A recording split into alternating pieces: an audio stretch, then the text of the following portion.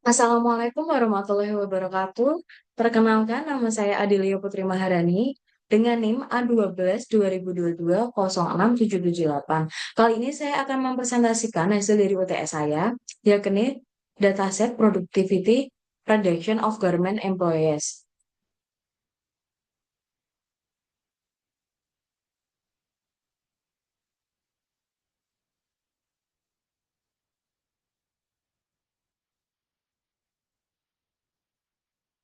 Terus di sini terdapat karakteristik dataset. Jadi dataset ini bertipe multivariat atau baik variabel dan time series. Yang kedua, terdapat bidang. Yang gini bisnis. Yang ketiga terdapat tugas yang bisa dikerjakan. Yang gini klasifikasi dan regresi. Dan yang keempat terdapat tipe data. Tipe data integer dan dan real atau bilangan desimal. Jumlah datanya 1197 data. Jumlah fiturnya terdapat 14 kolom atau variabel. Informasi tambahan dataset. Industri garment adalah salah satu contoh penting dari globalisasi industri modern.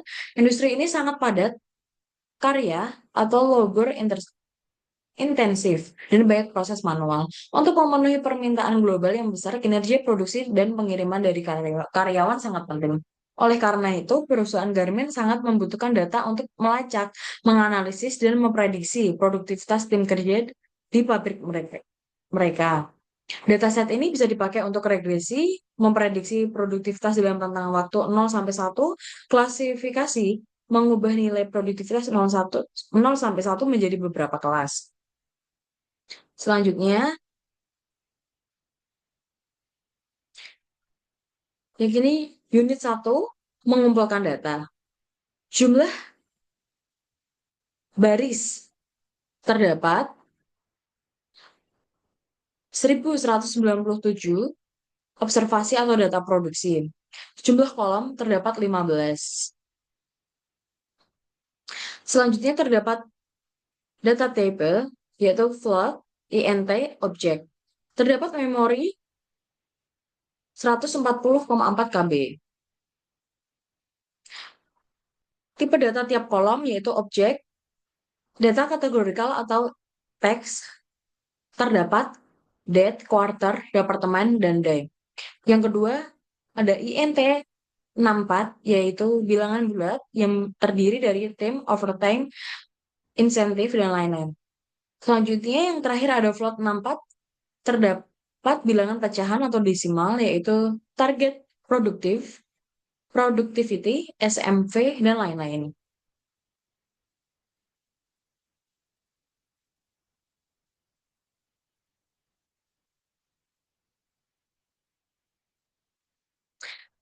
Selanjutnya, ya ini terdapat jumlah data yang kosong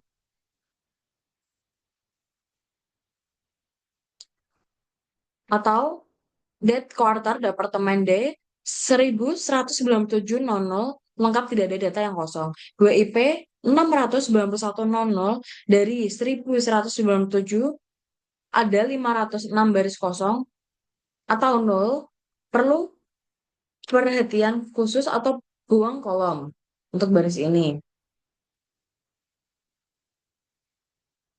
Selanjutnya, yakini unit 2.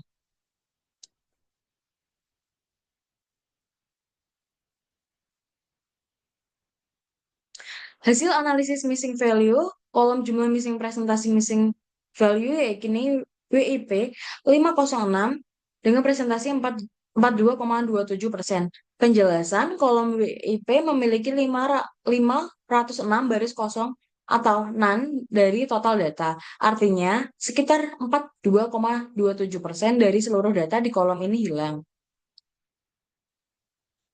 Unit 3 yaitu drop fitur data, drop data duplikat, drop fitur yang bernilai konstan.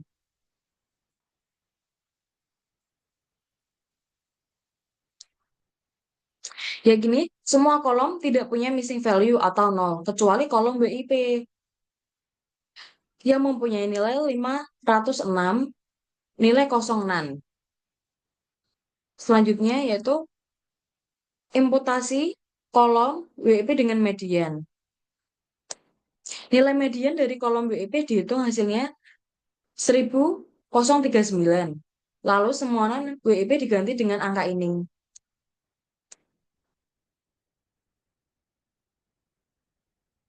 Selanjutnya yaitu unit 4, visualisasikan semua fitur dengan bar chart.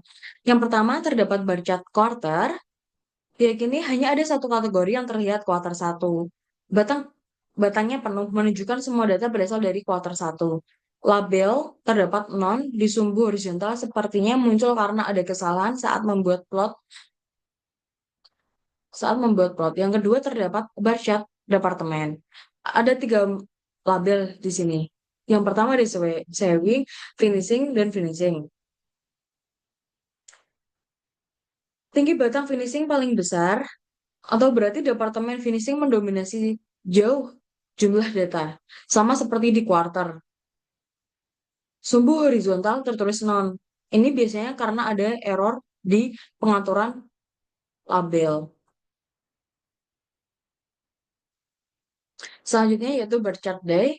Yakni ada Thursday dan Saturday. Saturday punya batang lebih panjang, artinya data data terbanyak berasal dari hari Sabtu. Dan sedangkan Thursday data lebih sedikit. Sedangkan sumbu horizontal tertulis non.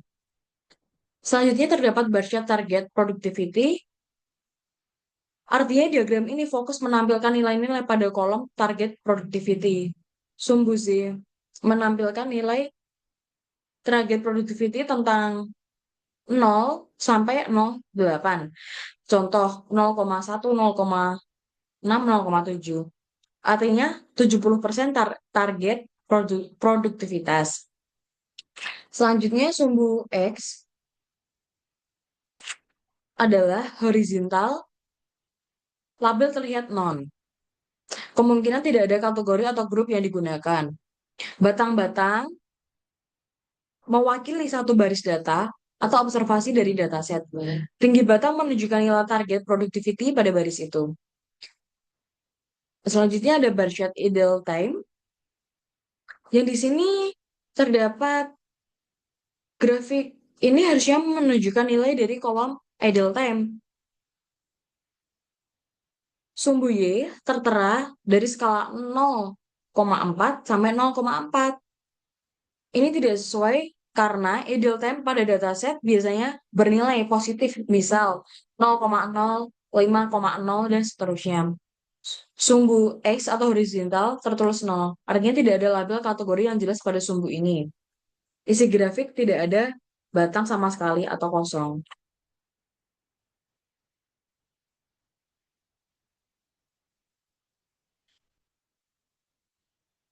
Selanjutnya, distribusi nilai untuk fitur quarter.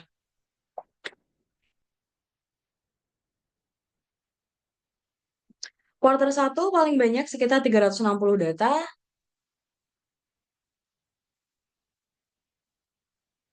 Quarter 2 sedikit di bawah quarter 1 sekitar 330 data. Quarter 4 sekitar 250 data. Quarter 3 sekitar 210 data. Quarter 5 paling sedikit sekitar 40 data.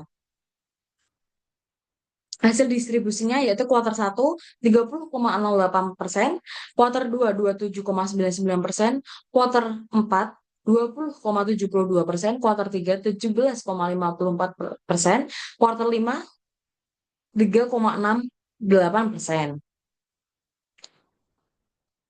Selanjutnya distribusi untuk nilai fitur departemen. Grafik ini menunjukkan jumlah data frekuensi dari tiap kategori di dalam kolom departemen. Saving sekitar 700 data, Pak, atau saving ini paling banyak datanya. Selanjutnya terdapat finishing. Finishing ada dua batang dengan label yang sama, masing-masing 250 sampai 260 data. Hasil distribusinya yaitu saving 57,73%, finishing 21,47%, finishing 20,80%. Selanjutnya distribusi untuk nilai fitur day. Grafik ini menunjukkan jumlah data frekuensi untuk masing-masing hari dalam seminggu. Semua hari, Monday, Tuesday, Wednesday, Thursday, Friday, Saturday, Sunday memiliki jumlah data yang hampir sama sekitar 200 sampai 210 data per hari. Hasil presentasi dari fitur day yakini Wednesday 17,38, Sunday 16,96%, Tuesday 16,79%, Thursday 16,62%, Monday 16,62%, Saturday 15,62%. Unit 5, konversikan nilai kategori menjadi ordinal. Yang pertama, kolom kategori yang dikonversi. Quarter sama dengan kuartal atau perempat tahun. Departemen yaitu departemen kerja, dan day sama dengan hari dalam seminggu. Hasil mapping yang kedua yaitu kuartal 1, 1, kuartal 2, 2, kuartal 3, 3, kuartal 4, 4.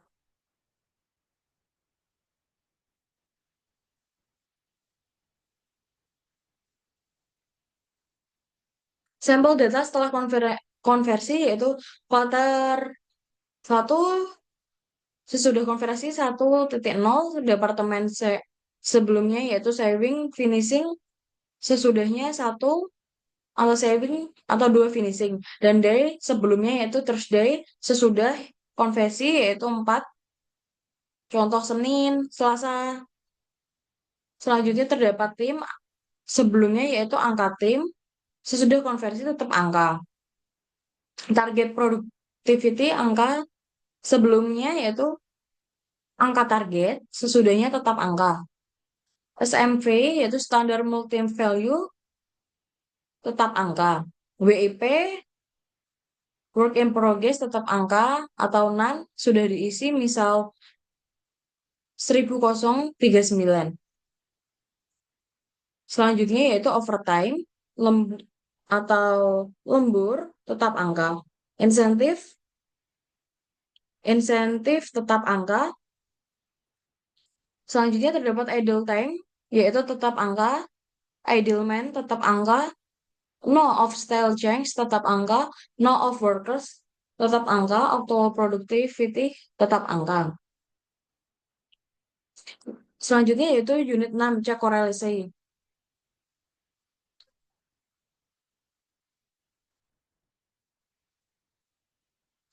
Heat map ini menunjukkan korelasi antara variabel dalam dataset. Nilai korelasi berkisar dari -1, yaitu hubungan negatif sempurna, sampai +1, hubungan positif sempurna. Nilai yang mendekati 0 berarti tidak ada hubungan. Hubungan positif meningkat, yaitu target productivity 0,42 semakin tinggi target yang ditetapkan cenderung semakin tinggi produktivitas aktual. WIP work in progress 0,08 sedikit positif semakin banyak pekerjaan berjalan bisa menaikkan produktivitas. Insentif 0,08 insentif punya dampak positif kecil. Departemen 0,04 sangat lemah tidak, tapi ada sedikit berpengaruh tergantung departemen. Selanjutnya hubungan negatif yaitu terdapat no of style change ya, ya gini -0,21 makin sering ganti model produktivitas semakin turun. Idleman 0,8 min 0,18 makin banyak pekerja menganggur makin turun produktivitas. Tim 0, min 0,15 dengan nomor lebih besar cenderung sedikit kurang produktif. SMF -0,12 makin lama waktu standar per item makin rendah produktivitas. Quarter -0,11 ya gini semua negatif tapi tetap lemah. Sekarang adalah yang day. Dari 0,0003 tidak ada hubungan dengan produktivitas, artinya hari kerja tidak memengaruhi.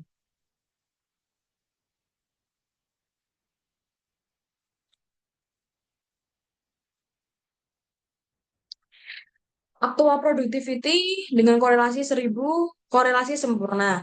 Target productivity dengan 0,42, korelasi positif sedang, atau makin tinggi target makin tinggi aktual produktivitas. WIP 0,08, korelasi positif sangat lemah. Insentif dengan 0,08, korelasi positif sangat lemah. Departemen 0,04, hampir tidak ada hubungan. Dari 0,00 tidak ada hubungan. Overtime min 0,05, korelasi negatif sangat lemah. Makin banyak lembur cenderung turun produktivitas. No of workers min 0,06, sedikit negatif hampir tidak berarti. Selanjutnya idle time min 0,08, semakin banyak waktu idle produktivitas turun. Quarter min 0,11, lemah, negatif mungkin efek musiman. Selanjutnya SMV min 0,12, lemah negatif. Makin kompleks pekerjaan SMV naik, produktivitas cenderung turun. TEM 0,15, lemah negatif, perbedaan antara tim sedikit mempengaruhi. Idleman 0,18, semakin banyak pekerja idle, produktivitas cenderung turun. No of style change 0,21, terkuat negatif, makin sering ganti model makin turun produktivitas. Selanjutnya korelasi fitur dengan aktual productivity, terdapat kolom.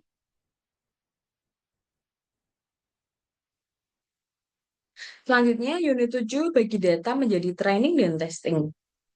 Dataset berisi 1197 sampel dan terbagi menjadi training set atau data latih, yakni 957 sampel, 80%. Digunakan untuk melatih model supaya mengenali pola dalam data. Yang kedua, terdapat testing set dengan 240 sampel atau 20%. Digunakan untuk mengukur performa model pada data baru yang belum pernah dilihat sebelumnya. Unit 8, gunakan multiple linear regression.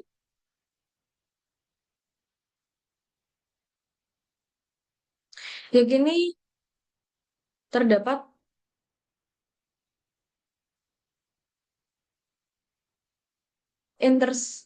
intercept 0,7338, ini adalah nilai produktivitas atau rata-rata sama semua variabel sama dengan 0.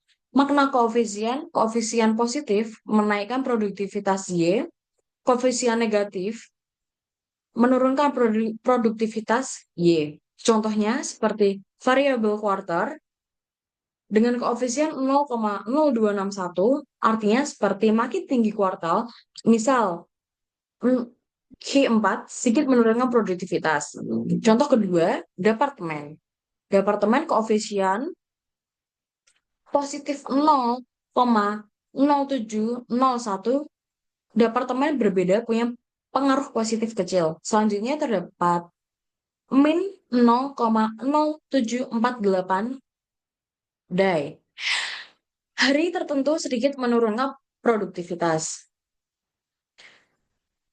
Selanjutnya yakini 0 tim yakini positif 00072,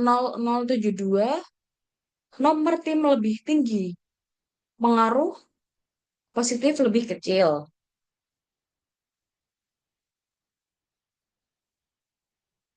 Selanjutnya yakni unit 9, jelaskan hasil dari R2, RMSE, MSE, MAPE dari multiple linear regression. R kuadrat score sama dengan 0,2377. Model hanya mampu menjelaskan 23,77 variasi dalam data aktual. Artinya sekitar 76% variasi masih belum terjelaskan oleh model. Bisa dibilang performa prediksinya masih lemah. Model ini perlu diperbaiki. RMSE dengan nilai 0,1521 root mean square error, rata-rata kesalahan prediksi adalah sekitar 0,15 unit produktivitas. Semakin kecil RMSE, semakin baik. Selanjutnya yaitu MSE 0,0231 mean squared error. Ini adalah rata-rata kuadrat kesalahan prediksi. Di sini nilainya 0,0231 sama seperti RMSE. Semakin kecil semakin bagus. Selanjutnya yang terakhir yaitu MAPE 20%, yaitu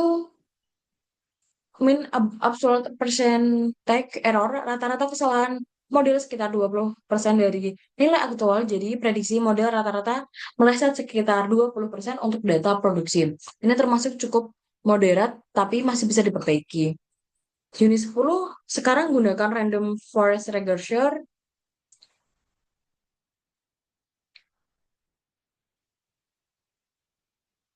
Di sini R quadrat score dengan nilai 0,5279, model menjelaskan 52,79% variasi data aktual ini jauh lebih baik dari linear regression dengan 23,77%. Artinya prediksi lebih akurat. RMSE dengan nilai 0,1197, rata-rata kesalahan prediksi sekitar 0,12 unit produktivitas.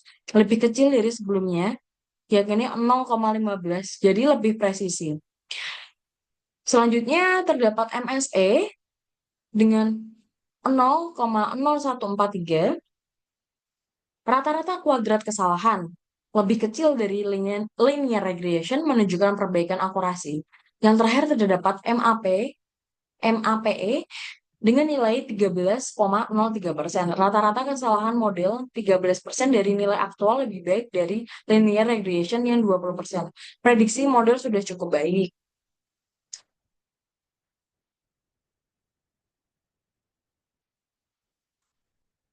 Selanjutnya terdapat nilai aktual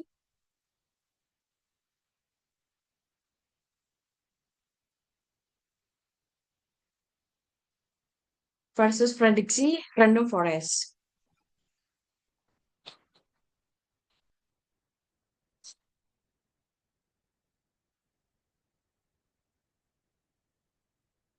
Sumbu X nilai aktual. Sumbu Y nilai prediksi. Titik biru adalah pasangan nilai aktual dan prediksi. Garis merah atau putus-putus garis sama dengan garis ideal atau aktual yang sempurna.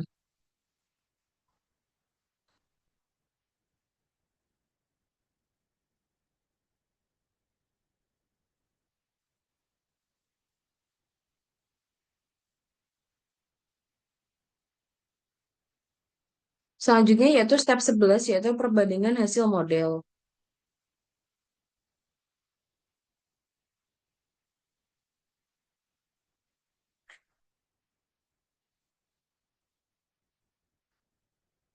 Di sini terdapat yang pertama terdapat R quadrat score yaitu mengukur seberapa baik model menjelaskan variasi data. Yaitu random forest jauh lebih baik dibanding training, lebih baik di training 0,9268 dan testing 0,5279 dibanding linear regression 0,3164 dan 0,2377. Selisih R kuadrat skor di testing sama dengan 0,2902 menunjukkan random forest lebih mampu menangkap pola. Yang kedua terdapat R2 score testing, yakni random forest 0,1197 linear regression 0,1521 random forest errornya lebih kecil, artinya prediksi lebih mendekati nilai aktual. Semakin kecil semakin baik. Yang ketiga terdapat MSA, yakni mean squared error. Random forest lebih kecil dengan 0,0143 versus 0,0231. Menunjukkan prediksi lebih akurat.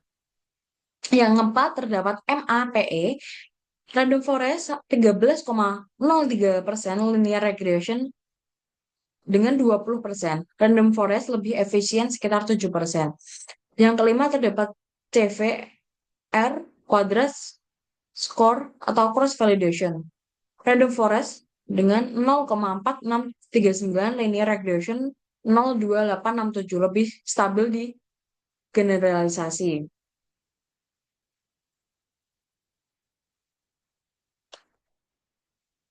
Sekian presentasi dari saya. Wassalamualaikum warahmatullahi wabarakatuh.